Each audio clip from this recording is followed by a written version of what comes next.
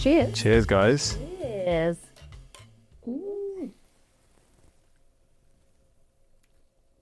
Oh, that's lovely. Ooh. I think you did a great job on the salt. Yeah, it definitely needed something. That's the perfect little bit of cut through. I think so, yeah. Love it. Thanks, guys. Thanks for being here today. My favourite things. It's been a while. Way back. So it'd be good to catch up to talk about maybe first-time buyers, Yes. what people can do to help themselves to get in the market, and what tricks they can use. There's a lot of people who get very stressed out, thinking that the market's left them. Understandably stressed out, I would say. Yes. Yep. But then waiting for the market to drop, and it never does. Yes. That's not going to happen. It's not going to happen. I've been there, and I've been in the market watching it, trying to time it. Doesn't happen. The constant, you're renting, so you're spending money, you're trying to save, but your cost of living's going up, your rent's going up, your wages aren't necessarily matching it. Yeah. And then you get to a point where you're just like, the market's gone again. We've had another hike in property prices. Where do you go? And you're donating all your weekends to the search. Yes. Feels endless. Yes. And you're seeing properties listed for X amount going for 10, 20% more. You hear horror stories. I actually did the numbers this morning. And if you look at property prices, the median property price in Sydney for the 12 months to July compared to the median price in 2020, it's been a almost 40% increase. The median property price in Sydney in 2020. 5 years. Yep. Property prices in Sydney in 2020 were about 800 to 900,000. They're now beyond 1.2 million. Yes. Wow. And I think probably one of the first things that I say to people, because often first-time buyers will say, should I wait? Like, should I wait for the market? When's the best time to buy? Yes. That is a great reminder that the best time is yesterday. The next best time is today. You should kind of ignore what's happening outside, because it actually doesn't matter if the property market has moved 40%. Yeah. If it's affordable or unaffordable to you, like what the market is doing, just get that out of your head. Focus on what you can do, what you can afford, what grants you have access to and incentives, and use all of that. And they're all stackable too, which is great. And we'll get into that later. But use all of those resources together and see what is possible for you, rather than I totally understand why people feel so defeated. But if you really have a goal of wanting to buy a home, let's figure out that path forward rather than feeling exhausted that it's never going to happen. Yes. Yeah. Totally agree. I have so many people who I generally catch up with, and they're like, oh, what do you do for a living? Oh, I'm a mortgage broker. And they're like, oh, okay. And straight away, you can tell who's a first-time buyer just because of their facial expressions. And it's like, as we gradually have that conversation, it is, how do people do it? How do people do it if they haven't got, banker mum and dad to help them out, which is a lot more and more of that's happening, which is great, which is good. It helps people getting in the market. But if you haven't got that, what do you do? Exactly. And in fact, in our report, which we put out maybe July, our first home buyers report, we looked at the amount of first home buyers that are using help from mum and dad, the bank of mum and dad, and we compared it to 4 years ago. So 4 years ago, 1 in 10 people were getting help from mum and dad. Yeah. Now that's increased to 1 in 5. Wow. 1 in 5 people are either getting help with a deposit, or mum and dad are acting as guarantor. Yes. Or they are buying it as a joint venture. Like, there's some involvement with mum and dad to get in. Yeah. Which, like you said, is amazing if you have that available to you. Yeah. But if you don't, what are the options? For sure. And it certainly gives those people a competitive advantage if you don't have that. But there's still ways in. My biggest message for people is not to feel disheartened and to really just stay focused on what you can achieve. And in fact, like a month ago, I was speaking to someone who thought she couldn't buy a home and did, because she didn't understand what was available to her. Sure. She actually bought with a 5% deposit. So she had a $40,000 deposit. Yes. Bought with her partner. Yep. Realised that she could actually get something. She was in Sydney, but they got an apartment at that price point. And so that's $20,000 per person, which is not nothing, but it's achievable. Agree. You know, she was able to save that. She had a tax return and they were able to bring that deposit together and get into the market. And she said, I thought it was never going to be on the cards for me. So I love stories like that because it just shows you. I always look for the evidence of what's possible. Yes. And it is possible. It just might not look the way you thought it was going to look. Yes. Yeah, totally agree. I've had a number of clients where they've just come through just for a chat, not understanding what available concessions and grants are available to them. So we've sat down, we've ran through it straight away. I've said, okay, you're eligible for this grant, you're available for this grant. So the grants, which is zero stamp duty for first-time buyers up to 800,000, between 800,000 to $1 million, it's staggered. Yeah. So no stamp duty up to 800,000. The schemes, if you're available. New South Wales. This is New South Wales, yeah. Different in every state. It is. So New South Wales, 0 to 800K.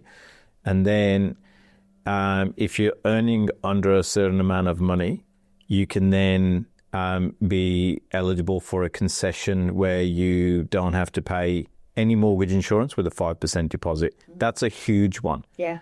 Because it means you don't need, firstly, you're not paying the mortgage insurance, which is 20, 30K at times. But then you don't have to allow for it at the same time. So you can then 5% deposit. The government kind of secures the other bit, guarantees the other bit. And it means you can buy an 800K property with 40,000 odd, because you got to allow for. In fact, I think it was 43,000. Yeah. What she spent in total. That extra 3,000 to account for conveyancing and disbursements and things like that. You need a little bit extra for that. But those grants, the great thing is if you're eligible for them, and for instance in Queensland, they are really determined to help first home buyers. Yes. So they have now removed the cap. So there is no upper cap. You could buy your first home for $1.2 million. How good. And you're not paying any stamp duty. That's tens of thousands of dollars that you'll save. And you're not paying that lender's mortgage insurance. Yes. Tens of thousands you're saving. Yes. And you can often, if you're buying a new property, get access to a grant, like a cash grant.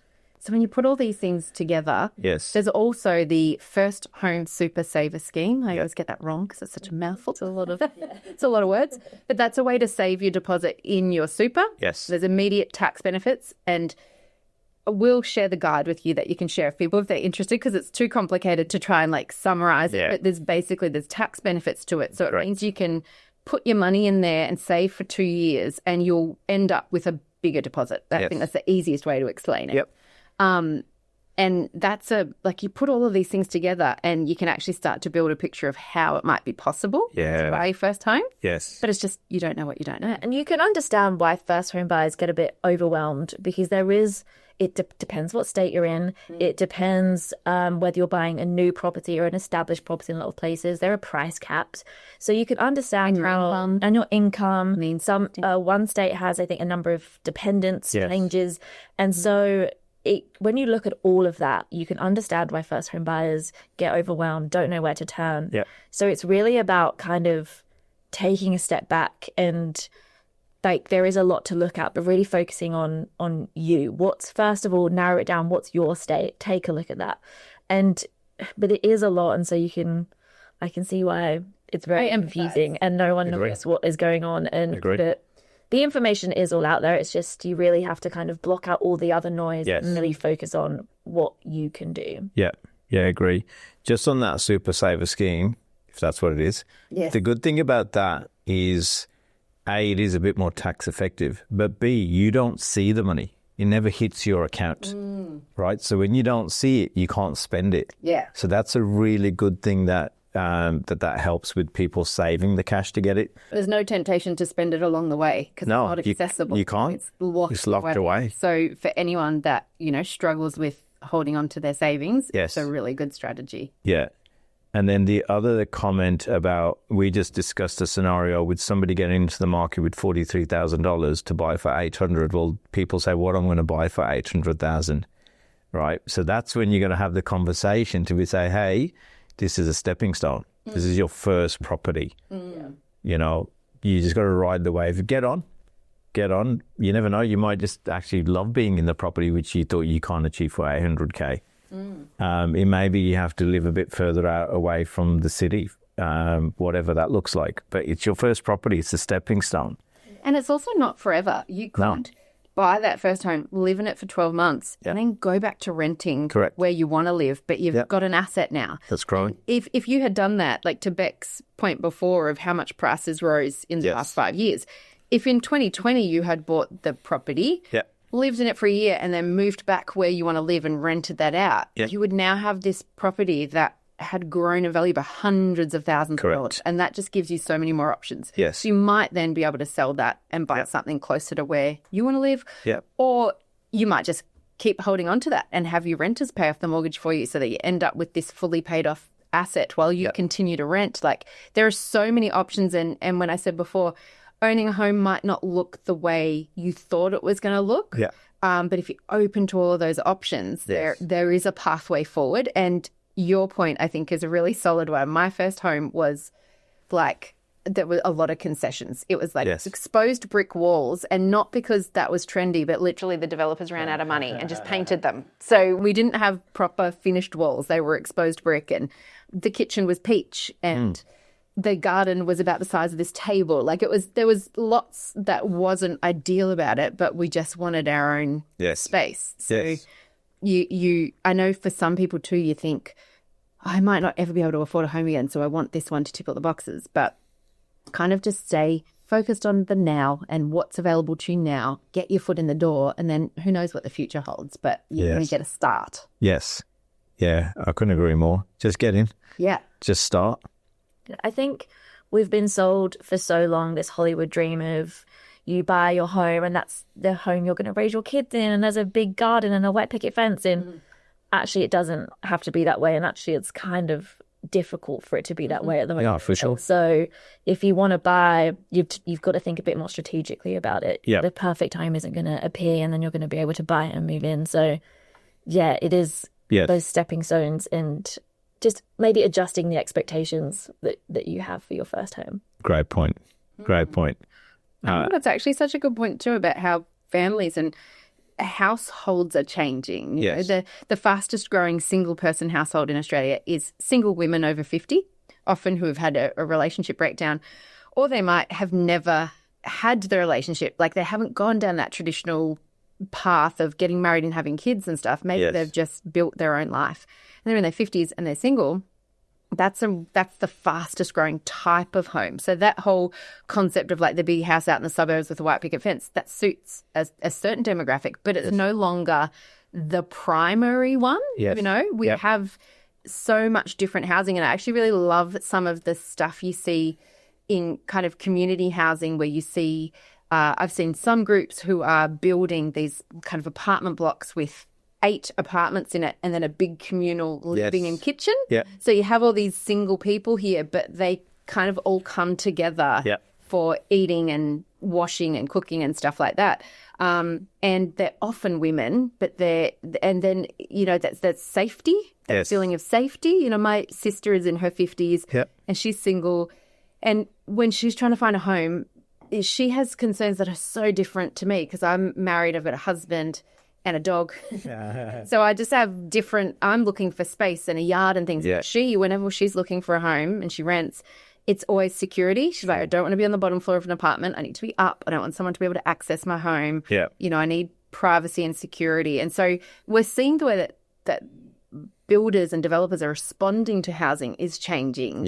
And I love to see that kind of innovation happening and that response to the fact that like the way we live is changing.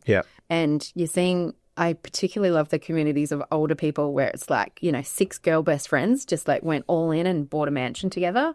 What? That's heaven. That sounds amazing. But that sense of community is kind of at the forefront of that. But, you know, I think with buying your first home, as Beck was saying earlier, like it is so overwhelming. There's so much to think of and it feels so permanent. Like it's just this big financial decision. You're signing contracts. And I remember just being so freaked out the first time I bought a property because I felt so committed to this thing. But there is actually, you know, in life, you never know where it's going to take you. You never know what your next steps are. But if you want to buy a home and that's a goal for you, figure out what that pathway is and then commit to it.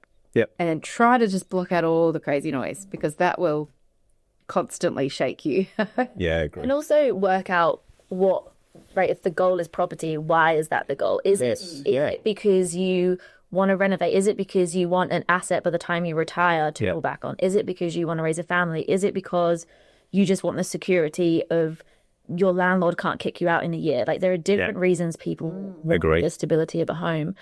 And you should know that before you go in, and that will help you make your decision on what kind of property you're going to buy and how much you're willing to spend. Yeah. That is such a good point, because if you're mainly in it for the asset, that opens up so many opportunities. You're no longer having to buy in Sydney, for instance. Correct. If you're just like, I need to get in the market, you could be looking anywhere in Australia just to get your foot in the door. Yes. And having that really clear understanding of why you want to do it can be really helpful too. Yeah, most people are just getting FOMO, right? They're just thinking we're here, property prices have gone up another 10% in the last 2 years or 40% in the last 5 years. Like, if I don't get it now, I never will. I will never will. So it's a great point. It's about, okay, there's usually two reasons I find is, A, we want a home which our family can call home, or no, we're getting FOMO, right? So we're just gonna miss out. We just want to get into the property. So there's been so many clients who I've helped, to your point, where they're rent vesting, where they rent where they love to live, whether it's close to their work, the beach, their family, their network, but they just can't afford to buy in there.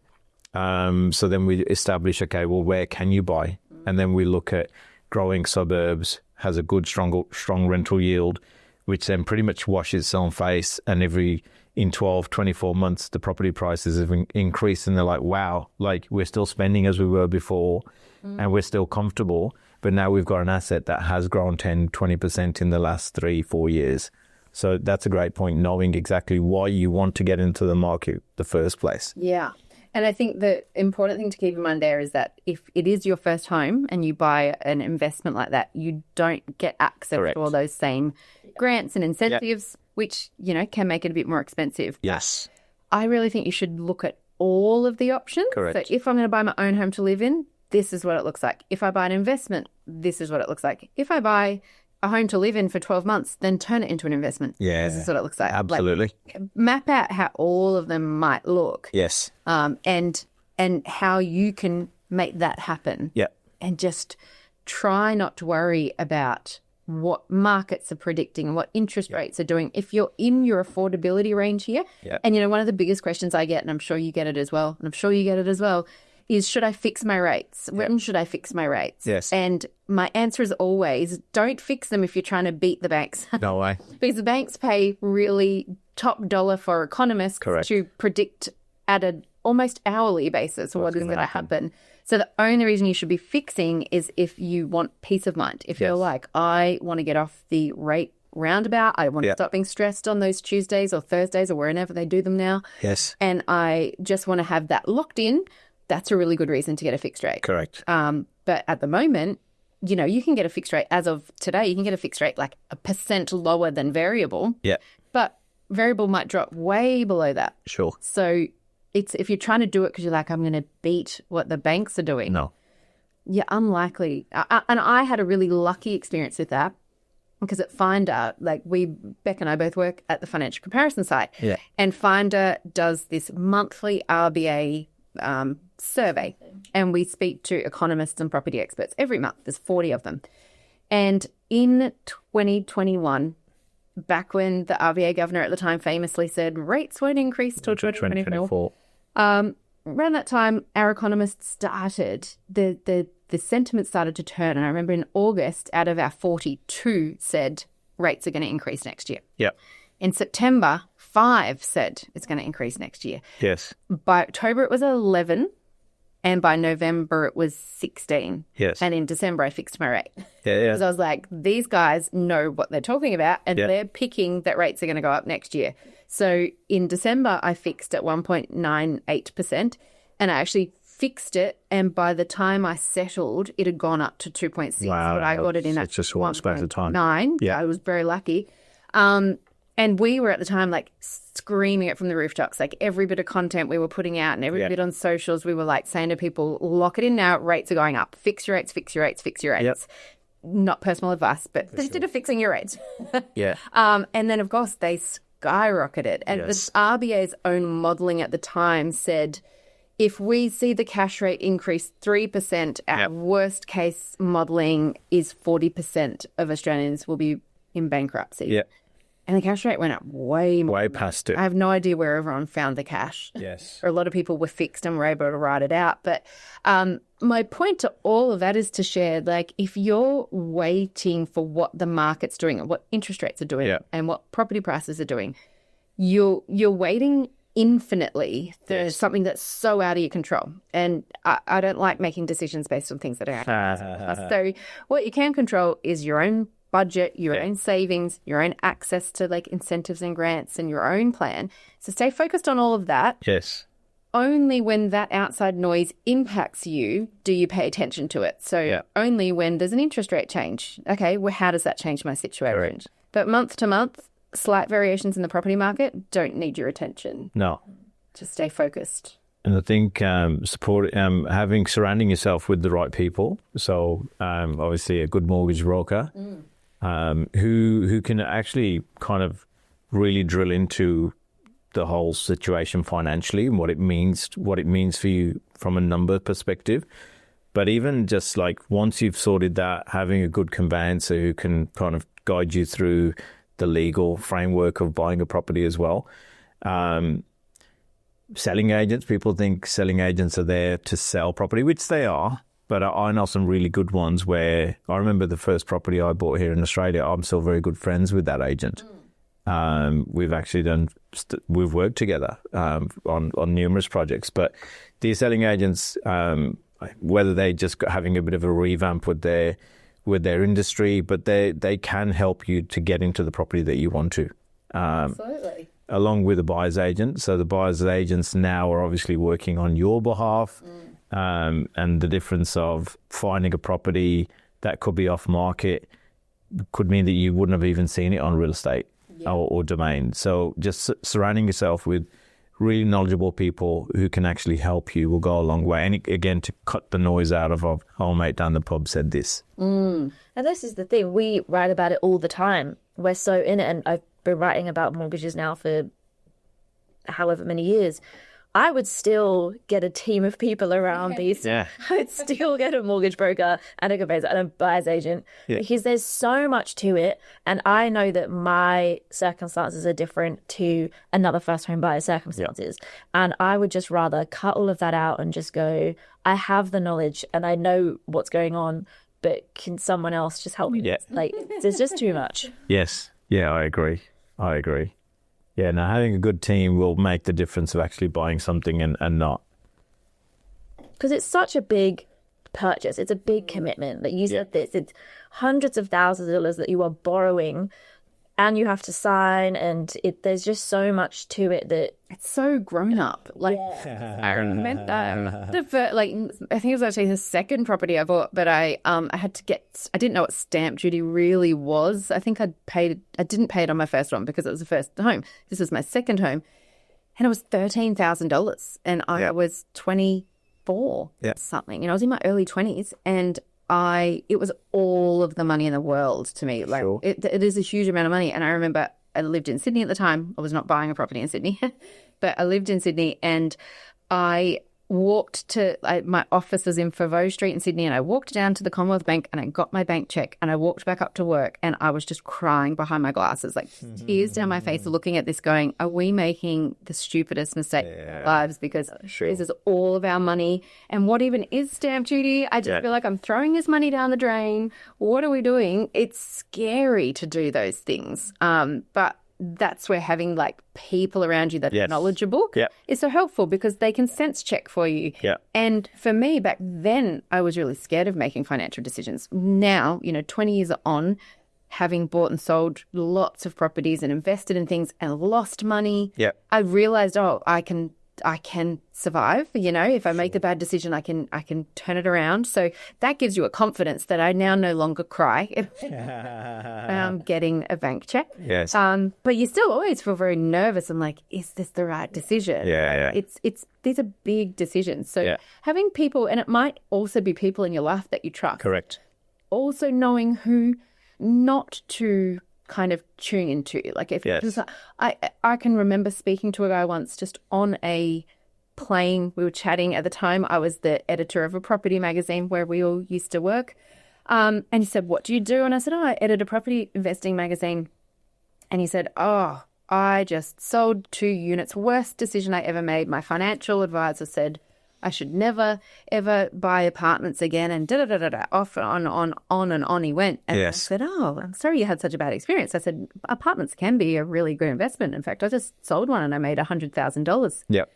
And he said, "No, terrible idea." And I was like, "But I just made 100. Like that wasn't terrible. Right. And he is someone who, through his experiences, has had a bad experience. To him, investing in apartments is the worst thing you could do. Yeah.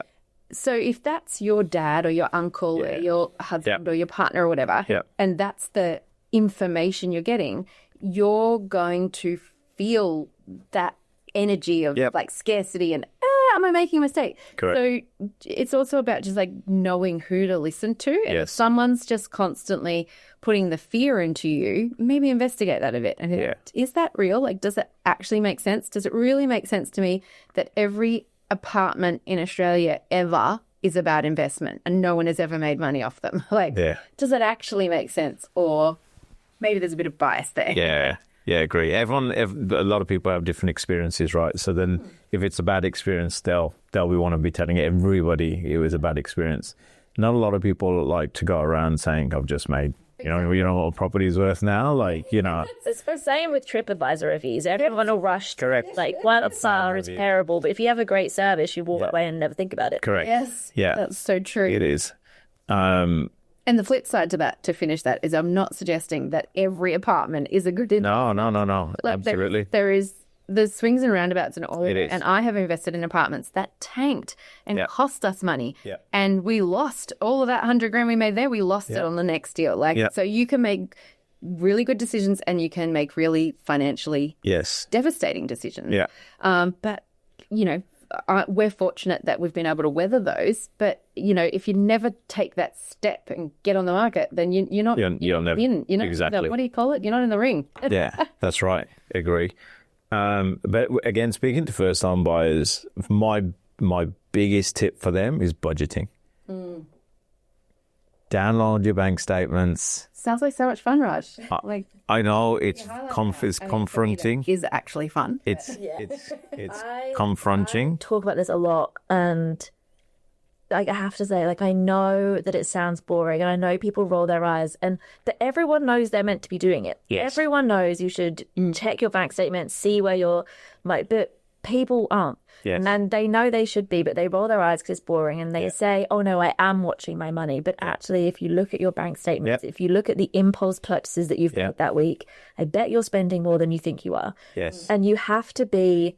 I always tell people you have to become obsessed with it a bit. Yes. I every morning will check my bank and I will make sure money's in the accounts I think it's in. Yeah. And I am so strict with what gets spent where, and I know it's painstaking, but once you get into the habit of it, it's actually not that hard, and it becomes kind of second nature, and you actually start to get, maybe this is me, you get a little thrill for just looking at your money and watching it grow and going, "Oh, I'm proud of myself for not buying that thing." Yes. Yeah. So I know that it's boring. I know people roll their eyes and say, yeah, I am budgeting. Yeah. But It's true. Yeah. It's absolutely true. During COVID, I would imagine, and as long as you still had a job and that was all no health issues, but we saved so much money. Yeah. So much money. Like I'm saying, we probably saved in 12 months or 24 months that the amount of money that would have taken us over 5 years. Yes. Because we weren't traveling. Yeah. We weren't going overseas. In that period. Yeah. Correct. And during that period, I lived on the Gold Coast and I owned a restaurant for 2 years. And it was gangbusters because it was all people could do. Shops were closed. Yes. And all you could do was go to a restaurant or a cafe. And even then, we had a very small restaurant, the bigger ones, it wasn't even worth them opening because the restrictions were only, can only have 10 or 20 people at a time. if you've got a 150-seat venue, it's not worth opening for 20 people. We had, I think, 50 seats. So 20 people was half the restaurant. That was enough to open the doors. But all of that forced saving, I think a lot of people kind of reassess their habits there. But I think there's a saying that I use all the time, and it really applies to budgeting, and it's not easy, but it is simple. Yes. And that's the thing. It is really simple to like set a budget, but it's not always easy to stick with it. And I think the best thing you can do is set yourself up to succeed. Like I do truly feel it is harder for people today than it was 20 years ago. Sure. Because when I bought my first home, I actually lived in far north Queensland in a tiny town. The shops weren't even open on a Sunday. Yeah. And you couldn't spend money unless you went somewhere, you know, like your opportunities to spend was we're going out for dinner or we're going to the pub or we're going to the shops. Now, we're never not tempted to spend money. Like it's on our phones, on your phone, text messages, it's alerts, it's push notifications, it's on your social media, it's in your inbox, it's on a bus going past. It's just this non-stop temptation. You can be scrolling through Instagram at 11 o'clock on a Tuesday night and add to cart and spend $100 on something you don't need for the dopamine. Yeah, they've even started, I've seen it on some streaming ads. They'll come up now with a QR code. So you can watch an advert, scan the ad on the TV, and it takes you to a cart, and it's just... So we make it very easy. And by we, I mean, you know, society and corporate Australia makes it very easy to spend money. So I do think it's a lot of pressure for people to go, correct, I'm going to stop spending. Like we're so exhausted and stressed and running between a million things, and we seek out the little dopamine hit, and you're there and you see the dress that's going to change your life. It was so pretty on that sale and it's only $45 and whatever it is, add to cart, done, dopamine hit, happy days.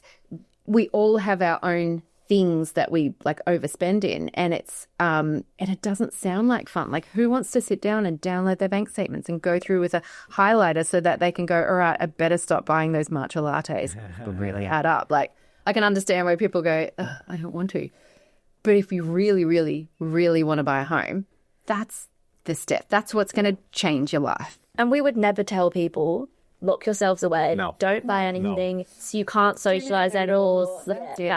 We would never say no, but you do. If you are saving for a home, you do have to do it. Sacrifice, and you have to sacrifice something, but not everything. But I think that's such a good point. Like it's not that whole rhetoric of, you know, stop buying coffee every day and your avocado toast. Like if you love avocado toast, go for gold. Yeah, but you do see so many people mindlessly spending. Yeah. And you know, I mean, things just that impulse purchase while you're out. It's buying, you know, a coffee in the morning and another one in the afternoon and grabbing a ham and cheese croissant as well. And, you know, buying a soft drink when you don't really need it. Yes. Like just buy it from the supermarket. Because it's only $4 and because it's only $7. Yeah. But those onlys are the ones that add up without realizing. They're the ones that just build. We have the leaks. Yes. Subscriptions are a big one. Yep. The gym memberships you don't use. Just, I think there's something really satisfying about spending in alignment with your values. Yes. If you're really, I don't know, what's something I love? Books. I love books. Yeah. I love reading and I love buying books. And I will buy and I will not look for a bargain because I'm like, I want to support the book industry in Australia. So I will buy books at full price and I love them. Yes. And that feels really good because I feel like I'm supporting an author. I'm supporting an industry I love. Happy to pay it. I'm swiping with glee. But if I'm like at the shops with my kids and they're like, Mom, can we have an ice cream or something? I don't get joy from that. I'm like, no, we've got ice cream in the fridge at home. I've got to go and buy a book. Yeah. I need book money. But whatever it is, though, it's the things that you get joy from, like Marie Kondo style. If it sparks joy, go for it. But not everything sparks joy. And a lot of us have these habits. Yes. You know, I spoke to someone recently who has a really good income and estimated like between her and her partner because they were working from home and stuff, but they were working and just not really focused on their meal planning. She said, I think we spend about $400 a week on Uber Eats. Oh, wow. A week. And I was like, I looked at the rest of her budget. I was like, you're doing so well everywhere. Yeah. You guys are nailing it. Yeah. But you're spending $20,000 a year on takeaway. On takeaway. That's huge. Right. oh.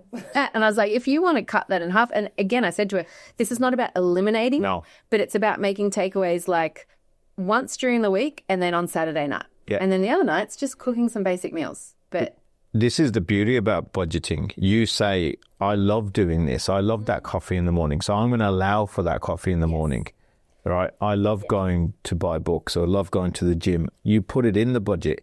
yes. And then when you get to the end, if you're like, okay, well, this is going to take me 3 years to save a deposit, you're comfortable. If it's going to take 30 years to save a deposit, well, you know that you need to change your lifestyle, maybe that little bit more, or actually just continue to enjoy your life. Yeah, exactly.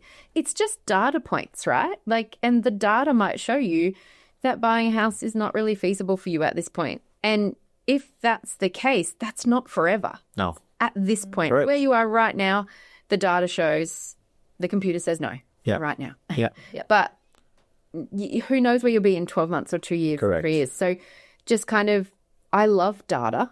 Obviously, we're big data nerds. I love having data because it's just information points to me and then I can make a better decision. Yes. And I think with money stuff, it's very easy to put a lot of emotion around it and feel shameful or feel like, I'm so irresponsible. I've made these wrong decisions.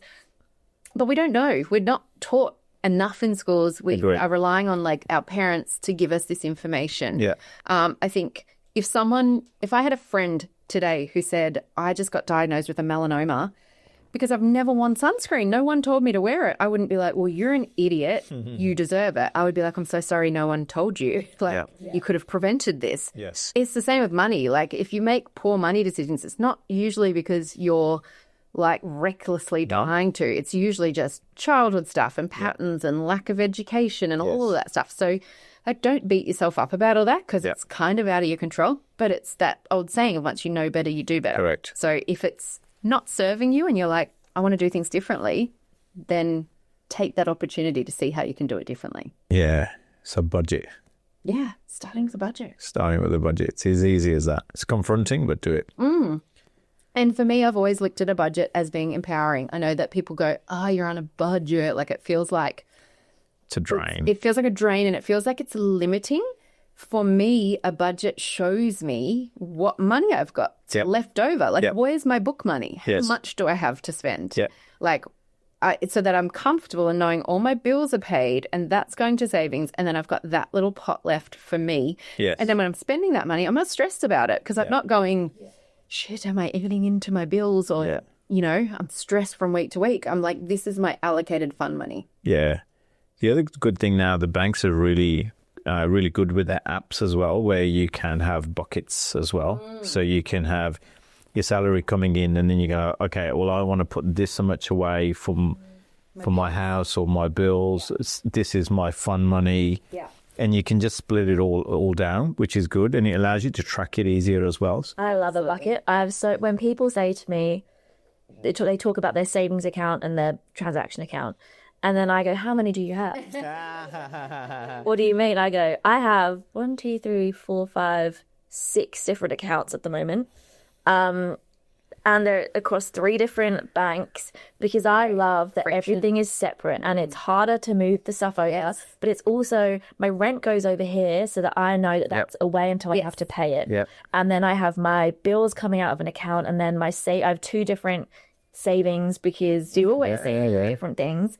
And then the transaction account and then and I love payday when I get to move everything into the different buckets. It's the greatest joy. And then the next day I go, can't wait to get to move my money.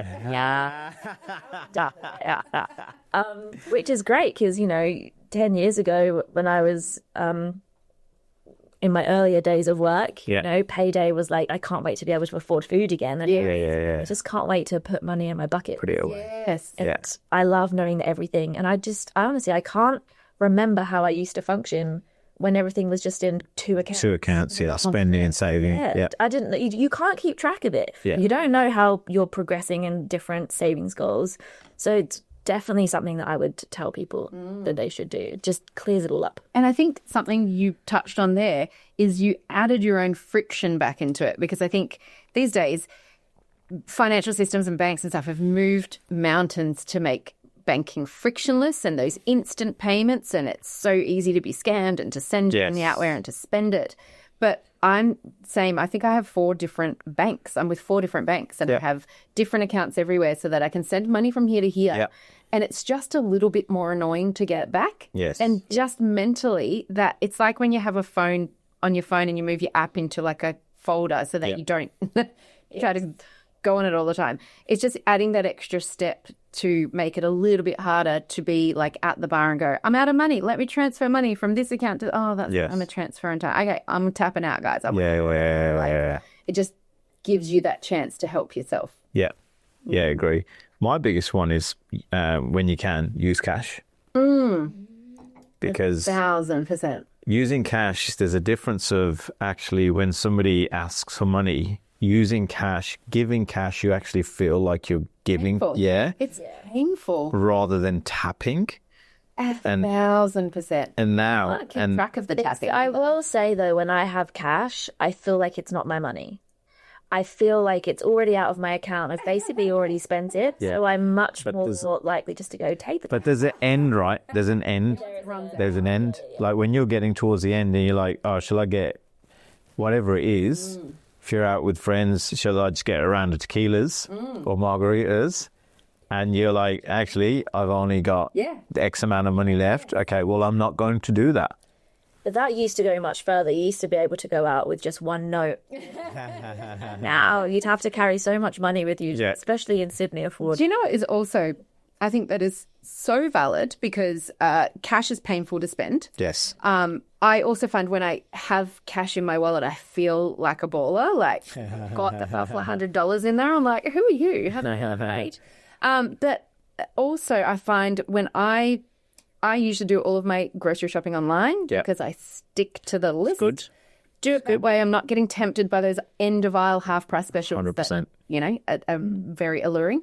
But I went to the shops a couple of weeks ago. It was a Monday, like 5 o'clock. I'd knocked off work and took the kids to the shops with me because we needed a couple of things. Yeah. And I spent $165 because we walked in and my kids were hungry straight away and there was a sushi place. Can we get some sushi? And I was like, all right, that was $25. Yeah. Then went into the supermarket to get the 3 things I needed. Spent $85 because as you're going and you're hungry and, I might make that for dinner and dinner. Sure. That's on offer. Went through the fruit shop on the way out. That was like another $20. And then the meat shop. And I was like, I'll grab a couple of like things for later in the week. And then the bread shop as we left where I got some like snacks for the kids for their lunch boxes. $165. And I actually had that thought of, would I have spent this if it was cash? I don't think so. I don't think so. It was so easy. Because you're not parting with the money. There's no physical parting. No. It's literally you just tap. Like play money? Yes. Because I'm not, like if I had $200 in my wallet and I'm going to the shops, I was literally going for, I think it was like bread, bananas and honey or something. It was like 3 things I just needed for the kids. $20 worth, you know? Yes. If I'd had $200 in my wallet and went, I need to spend about $20 and I expected to walk out of there with $180 still in my wallet and I walked out of there with $35 left, I would have been like, what just happened? Instead, I recognized it. I was like, I'm never doing that again. Never taking you guys for then because you're expensive. But that online works. The online works. Because as soon as you get over a certain amount, like if you're saying, I want to spend $200 on this shop, as soon as you go over, you can start prioritizing it. Whereas when you're in the checkout, you have no idea what that end bill is going to be. And you're not going to be like, I better take this piece of salmon back to the deli. Like, it's not going to happen. You just check out. You have the time to compare without pressure. Yes. Because you're not pushing your way around the shops and there's not like, you're not getting overwhelmed. There's not heaps of people. Your kids aren't fighting. You've just got time to sit there and tap away in your own time and be like, do I want the $20 cheese or the $19 cheese, because cheese is so outrageous now. But you can kind of look at it and make your decisions and you're a bit relaxed about it. Yeah. It's a different experience to being in the shops and kind of, I feel like when you're doing your own grocery shopping online, you're in the driver's seat. And I feel like if I'm in the supermarket, I'm being taken for the ride because I'm going where they want you to. Yeah. See, for me, shopping in store works better. And that, I mean, I'm shopping for myself. I'm a single person feeding myself. So the cost of my shop is not worth the delivery cost. Fair right? Yep. And I do the click and collect too. I don't do delivery. I do that. So, and then my local supermarket is a 15-minute bus journey away. Oh, yeah. So yeah, that's so true. It's like not like I really have to plan. And I actually, again, me being sad, I carve out the time and I go Sunday morning. That's when I get the bus to the shops and I have my list and I stick to it. And maybe I will grab a bag of chips, but like I tend to be pretty good with the buying at the shops. It's good. Sometimes I treat myself to a plant. So that anyway, I'm going to do that anyway. And I will go around and I've just got a basket of things. So I normally 1 or 2 bags and I back home. But it's become part of my routine. Yeah. And it's become part of my week where I do the shops and I have the everyday rewards extra. And so I get the bonus points and I have my frequent flyer points that come from it. And so I then go through the receipt afterwards, make sure I've got like for me, that's my routine and it works really well for me. What I think you just highlighted is that different things work for different people. Like correct. That works for me as like with kids and everything, doing it online is a massive time saver. Yours is like a really great routine to set yourself up for the week successfully. I think there are so many different ways to do it that work for different people. The thing to investigate is my habit working for me? Yes. So I have a friend who recently was saying to me, married with 2 kids, teenagers, spending between, she said, I used to spend $6.50 a fortnight on groceries. And she's like, how much do you spend now? And I'm chatting about it. She goes, I think we're closer now to $6.50 a week. Ooh. And I said, well, yeah, groceries have gone up, but that's a lot. That's a lot. Investigated it. She's like, well, I don't do a big shop. I'm there every day. Yeah, that's the problem. Every single day. That's and I was like, well, every day you go in is a chance to impulse buy it. Yeah. So I said, you will save yourself $200 a week just by doing an online shop. Just start there and see what. Couldn't agree more. Yeah, you're right. There's no blueprint. There's no one fits all. It's whatever works for you. Yes. And if it doesn't work, you do it another way. Yeah. And it only doesn't work. Like there is no right and wrong to anything. Like if you don't really have big kind of financial aspirations, you don't want to buy a home, and your finances are a bit chaotic and you don't have a budget and you're perfectly happy like okay with it, then just you can continue. Like there's no need to make changes. You don't have to do this. But if you do have financial goals and you want your money working a bit harder for you, then it's amazing. Like you don't have to make these giant overhauls, like just a few small tweaks. Like just with this family, if all she did was change their habit, which would also kind of be more relaxing for them too, because having to go to the shops every day is exhausting. Yeah. But if you just change that one habit and where everything else is going to stay the same, but I'm just going to do an online shop instead of every day, and that saved $200 a week. And that $200 a week, she squirreled away in a high savings, high interest savings account. It's $10,000 a year. Like, so that's the impact. Big difference. And that $10,000 a year, if that she owns a home, if that goes into a super or goes, into an assessment or a savings, that becomes 6 figures in quite a short frame of time. So it's just you investigate what you're doing. Whatever's working, you keep doing. Whatever's bringing joy and adding value to your life, keep doing it. And the things that aren't working quite so well, that's where you've got opportunities. Yes. I think the one is where people don't want to put in the hard work, but then complain about not being able to get into the property. It's like, you need to have a bit of a conversation with yourself. Like something needs to give. Yeah. Yes. And there are months where it's harder to save. There are months where I get to the end of the month and I go, great. And then the next month I go, I need to pay for this. I need to pay for this. And I've got a wedding coming up. I've got to pay for this expense now. And there are months where it's tough. The thing is just to not let it stop you, to let it get you down. It can be so easy to say, I really messed up saving this month. I give up. What's the point? And then you spend again the next month. You just have to go acknowledge there are going to be hard months. Yes. And go, we start again next month. And it's just, it's so easy just to go. It's the same with New Year's resolutions. It gives up in January because they fail one day and go, right, well, that's it, I'm done. But if you just keep going, you build up habits. Yes. I think that's so key is like the baby steps and building the habits. Like don't try to do everything all at once. In one go. and be like, I'm going to radically change all of my habits and stop buying the coffees, and I'm going to stop doing takeout, and I'm putting all of that money aside. Like, you don't, it's like going on a diet where you go from eating whatever you want to just being like a vegan overnight. And it's so drastic that it's hard to stick with. Correct. But if you find, my big thing too is focus on the things that it feels like you're adding. Like they always say with diets, it's more successful if you're adding healthy food rather than taking stuff away. Yeah. And I find the same with money habits. Like add habits that add value. So like with my friend, add that habit. This is not about like penalizing, don't do the daily shops. It's adding a habit that makes you save money. Yes. So just do that online shop and then maybe one top-up shop in the week. Yeah. Start with that and See how you go. And a month later, if that's working for you, great. Now we can look at your insurances. And if we can compare all of them, we'll be able to save you some more money. Yes. And then once that's taken care of, now we're going to have a look at your mortgage. Baby What is your home loan looking like? You know, like just kind of one at a time and you'll slowly get there. Yes. Yeah. Yeah, couldn't agree more. Yeah. The home loan is the big one. Once you first home buyers want one, once you get it, Yes. you've got it for a good solid few decades. Yes. What would be your advice for first home buyers? Having been someone who works in, you know, you're on that coal face Yes. and you're helping people get into the market, what would be your like biggest number one tip if you had a first home buyer, if we were first home buyers in front of you right now, you would say what? So know your finances, which is budgeting. What's coming in, what's going out, where is it going? Once you've established that and you can try and keep track of it, that will allow you to understand. Firstly, it gives you value for money as well. There's a lot of people who don't understand like a $7 coffee once every day or twice every day, what that accumulates to over the years.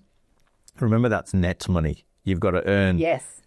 You've got to earn $10 to then 30% tax correct to have $7 exactly to buy your coffee. So it's not, it's just only, and it adds up. And then just prioritize. And like we've made some great points where, you know, take baby steps. It could be that you're only going to say, okay, well, I'm only going to save $100 a week to begin with. And then, that was easy. I'm going to change it to $200. Like just baby steps. But just once you can take control of your finances rather than taking control over you, that's a big one.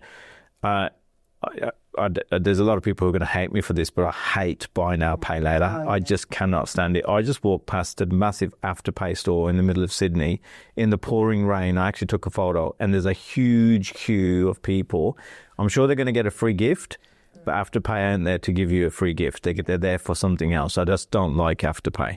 And Afterpay has just launched with Uber Eats. Yes. Which I think is just the worst incarnation of it because you've eaten it and you've gone to the toilet and gotten rid of it before you paid your first payment. Like, it's just like the worst thing to spread your money out on. Yeah. And the fees make it insane. If you have to use Afterpay for Uber Eats, then I suggest you probably don't need them. Go without. Yeah. There is definitely a place for things like Afterpay. There's definitely a place for it. But if it's just for, I can just spread my payment over 4, but you've got the money in the bank, just question why you want to spread it over 4. Does it just make it, you can justify that you can, you know, it's not $100, it's $25. It's painful, doesn't it? It's about the feeling. Yeah. And so I don't like Afterpay. So it's again the just opposite of cash, isn't it? Like correct. when you turn to talk about the pain you feel in spending it, Afterpay takes that pain away. Yes. The potential for more fees. For sure. Credit cards can work really well as long as you controlling the credit card, not it controlling you. I think there's some great incentives in terms of points, a few of the bits and pieces that, you know, having money left in your savings account whilst you're using this interest-free money, but just make sure you clear it.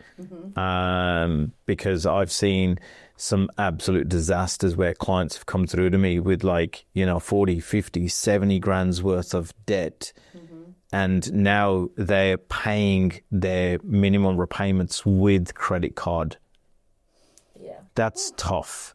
Yeah. That's so bad. So they're paying interest on the credit card debt and then they're paying interest on the money they're taking Correct. to pay on the credit card debt. Oh, yeah. It's really bad. Touch wood, I've never had anyone that's gone bankrupt, but there's definitely people out there who can quite easily get themselves in a lot of mess. Absolutely. I have credit cards and I use them for the points and stuff, but I 1000% know I would spend less if I didn't have a credit card. And that story that I was telling before is a perfect example. If I'd been at the shops, I would have had more of a mental check-in as the money went down. I would have been like, I just spent $25 on sushi. Yes. $80? Okay. No, we're not getting the meat. We're not getting bread. Like, we don't need that now. We've got enough. Like, you can make more informed decisions. Yes. Because I didn't need that stuff. It was nice to have, but we had other meat at home. We had other bread at home. Yes. I could have bought it a week later. Yep. So having a credit card, I think, especially in the context of this chat for first home buyers, a credit card is a really nice low limit credit card to establish your credit rating. Correct. Great idea. Yeah. But I see a lot of people get into trouble with credit cards. Yes. And it can, like you just said, it can swell so quickly and suddenly you've got this monster of a debt. Yes. And it happens before you've even realised. You know, you put your car insurance on it and that's $1,000 and then a couple of dinners go on and an Uber here and whatever, you put your groceries on it and you're at $2,000. Yes. What? Like, when you get paid, you got to find $2,000. Like, it's a really easy way to get yourself into trouble. I think people don't put the weight on it that it deserves as well. It's kind of a lifeline or it's a really accessible, I can't afford it, but that's okay. I can just, especially with buy now, pay later, I can just put it on the credit card or I can just put it on and really, like, for me, I have one credit card but I, like, again, put aside the money in a bucket that I know that that's the amount that I want to use to pay off that credit card that month. So I pay it in full every month and I'm there for the points. And for me, I use it as another budgeting tool. So it's one of those things that I look at constantly, track where I'm at with the limit. But I think a lot of people, and I have done this, 10, 11 years ago when I first moved out to Australia, as Sarah is aware, took out 2 credit cards to travel. Yes. Because for me, I didn't take it seriously. Yes. I thought it was just this cool, like, access to free cash. And I was like, this is okay because I'll just, I've got some interest, but then in 6 months I'll be back from traveling, I'll start working, I'll pay it off. I bet it won't even be a big deal. Yes. 2 years later, I'm losing sleep because I've got all this debt, and you kind of then you go, it was a big deal. Actually, that's a big deal. Why did no one tell me it was a big deal? Correct. Yep. And now I can use my credit card sensibly. I pay it off constantly. My credit score's great. But I think for some people, if they can get it, they think, well, great, I've got this free money. Yes. People take it as seriously as they should. Well, I think you're so right. You only learn through that experience. And I think the reason you're so good with it now is because you remember how stressful that was. How you felt. And my first credit card was a similar experience. I was 18 and I got a $2,000 limit, like, straight away. 18 years old. Yeah. $2,000. So I went to Melbourne. I went on a holiday. That money's gone. And it did feel very exciting to kind of have this access to money that And I had that same view of, like, I'll figure it out. I'll figure out how to pay it out. But right now I want these. I remember they were $120 for a pair of jeans, which is an 18-year-old. And this is, 20-something years ago. Yeah. That was like a week's wage for me. Yeah. Yes. And I was so excited to buy them. But then it took me a year afterwards. Once I got to $2,000, I was like, oh, my God, I've maxed this card out. Stop spending on it. It took me a year to pay it off. Yes. With interest along the way. So yeah, credit cards can be really dangerous. Very dangerous. Yeah. They're not ideal for first home buyers. No. No, but that's why I love talking about it now, because I've had that experience. And then a few years later, kind of got into the financial journalism aspect of my life, and now feel like I'm really passionate about telling people, these things, because and I still see my family and friends dealing with it now, and so I feel like the more we can help. Absolutely. People learn financial things better, and with no judgment as well, because absolutely know that everyone is in a different circumstance. Correct. And for some people, buy now, pay later is the only way they can pay their groceries that week. Yeah. And that's where we're at in Australia's economy at the moment. And so there's never any judgment, but it is about, taking those baby steps, learning as much as you can, and hopefully people take something on board. Yeah. And I just very quickly follow on from that. I know someone who I put a little rant about Afterpay and buy now, pay later on my social media was about the Uber Eats. And someone wrote on it and said, yes, it can be really dangerous, but last week I needed a new tyre and I have no cash and I'm on a pension and I got a new tyre on buy now, pay later, and that's going to give me the 6 weeks to pay it off. And she's like, if I couldn't do that, I couldn't have got the tire, I couldn't have got to work. And I was like, that is the absolute best business case for buy now, pay later. Like, it's a tool that helps you achieve your goals, not access to credit that helps you buy a hamburger on Friday night. Yeah. And the problem is, if you're in store, even physically in store, they have little QR codes in a lot of places where you can go, you can't afford it now? Just sign up with your QR code. And then that's where it's dangerous, because that's an impulse buy that gives you this ability to not even think about. You just can whack it on. And that's where, it's very predatory, and that's where it is. Probably my last tip is just perseverance. Yeah. Persevere. If you're doing these little things, so budgeting, knowing where your money's going, not getting into debt unnecessarily, and just keep chipping away, understanding more about what you're trying to achieve, as opposed to, I have to buy a house or a home. It's about what you're trying to achieve. There's a lot of people who are more than happy to rent, but they've got other investments going on, which has potentially outweighed what a property would have done for them. So it is what are you trying to achieve? And it is, if it is about getting onto the property market, it's not just buying a home. There is further things that you can look into, but a home is a pretty safe way of getting investing into something. So it might be that your first home, like we said, it isn't that house with the white picket fence. It could be, something well out of where you live. We're currently even in a different state, completely different state, and you don't even live there. If it's about just getting in the property market, just understand what that is, and then just keep chipping away.